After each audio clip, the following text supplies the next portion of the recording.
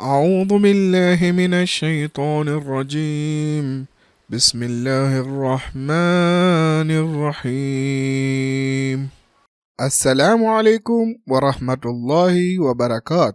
Our host for today's episode is Brother Ali-Asad Esmail. أعوذ بالله من الشيطان الرجيم بسم الله الرحمن الرحيم. Lesson 21 is about the Imam of the time, meaning Imam Sahib al-Asr wal-Zaman, and our karate begins with this ayah from Surah Nur, where Allah has promised the believers and those who do good deeds that He will surely make them successors in the land, as He has made those before them successors, and that He will establish the religion for them which He has approved, and He will give them in exchange, after their fear, He will give them security and amn. And at the end of the ayah, Allah says that they should serve none but me, i.e. not do shirk. Al-Karati goes on to mention that in many traditions we have that this ayah is specifically referring to the governance of Imam Mahdi Sahib al-Asr wa Zaman, which will be the final government and will be run by the righteous people. In other ayat as well, we see the same concept being repeated, this idea of a special government that will come when Imam Sahib al-Asr wa Zaman reappears. For example, in Surah Tawbah we see لِيُظْهِرَهُ عَلَى الدِّينِ كُلِّ, that Allah will make His religion, the religion of Islam, be above every other thing, meaning of course that Islam will succeed everywhere. Or for example, in another ayah we see in Surah Al-Anbiya, it says أَنَّ الْأَرْضَ يَرِثُهَا عِبَادِيَ الصَّالِحُونَ, that the earth will be inherited by the righteous servants. And of course the famous ayah which we come across where we say وَالْعَاقِبَةُ لِلْمُتَّقِينَ, that the ultimate ending is for the God-fearing ones. So we see that the meaning of successors in this ayah is referring to the righteous successors, and this will be in the righteous government of Imam Sahib al-Zaman. He then goes on to mention that Qurtabi in his tafsir also mentions that there will come a time when there will not be a single house in which Islam will not have entered. And then he mentions that the Holy Prophet, of course, in his final pilgrimage, in his Hajjatul Wida, when he arrived at Ghadirul Khum, he appointed Imam Ali as his successor, and the ayah was revealed on him, the ayah from Surah Al-Ma'idah, the famous ayah where we recite Al-Yawma Akmaltu Lakum Dinakum, that today is the day when I have perfected the religion for you. Or for example, in Surah Nur as well, he mentions Deenahum alladhi irtada lahum, the deen and the religion which has been approved by Allah. Coming back to the ayah that was mentioned at the beginning, the ayah of Surah Nur verse 55, Aghay Karati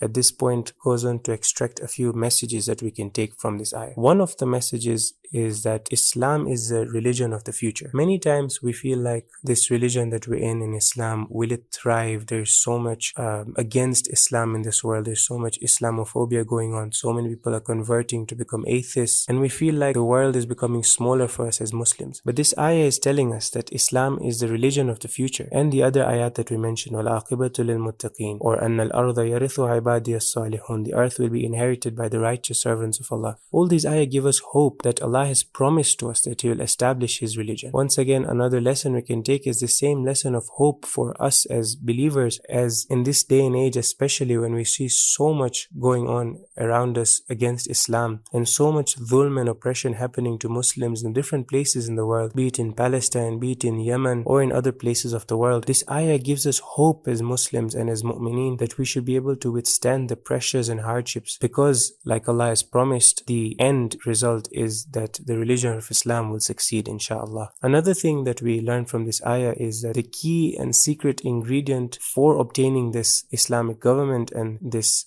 righteous government is that Allah has promised it for those who do two things. Those who believe, meaning that we should have Iman, but also do righteous deeds. And in fact, this is a concept that we see many times in the Quran repeating, that Amal goes with Iman. So just having Iman and faith isn't enough. It needs to be backed up with Amal as-Salih and doing good deeds. And so if we want to have the righteous government of Imam Sahib al-Zaman, we need to make sure that alongside the Iman, we also have the good deeds to go with it. Another lesson that Karati points out is that religion and politics are not separate. In today's day and age, we're made to believe this very secularistic idea that religion is supposed to be put away aside and that it has no place in society. You can practice your religion in your mosques and your synagogues and your temples, we're told, but then when you come into society, keep your religion away from society and politics and different aspects of the society. But this ayah is telling us that no, that religion and politics are not separate. In fact, politics and government is there for the preservation of religion. As Allah says at the end of the ayah that He will make you successors in the land, meaning that the government, the final government, is that of the righteous people and the followers of Imam Sahib al-Zaman. Yet another lesson that we learn from this ayah is to take lessons from history, because Allah is saying that He will make you successors as He has made those before you successors. Again, this is something for us to ponder upon. We need to look back into history as to what it is that the people in the past did, where Allah favored them in the times when they were given this successorship. Again, another lesson is that the final victory will be with those who are with the truth. And we get this from the end of this ayah of Surah Nur, where He says that even as He has made those before them successors, meaning those people who believed in Allah were made to be successors. Another lesson that we take is that the religion of Islam is the only religion that will be to the divine contentment of Allah. As Allah says, the religion for them that He has approved, the religion that Allah has approved. This is again something for us to take into consideration for those people who say that it's enough for us to believe in a God and it's enough for us to be able to be good people without necessarily ascribing to the teachings of Islam. No, this ayah is teaching us that it's only the religion of Islam, the religion that Allah has approved, that is there for the successors. One other lesson that we take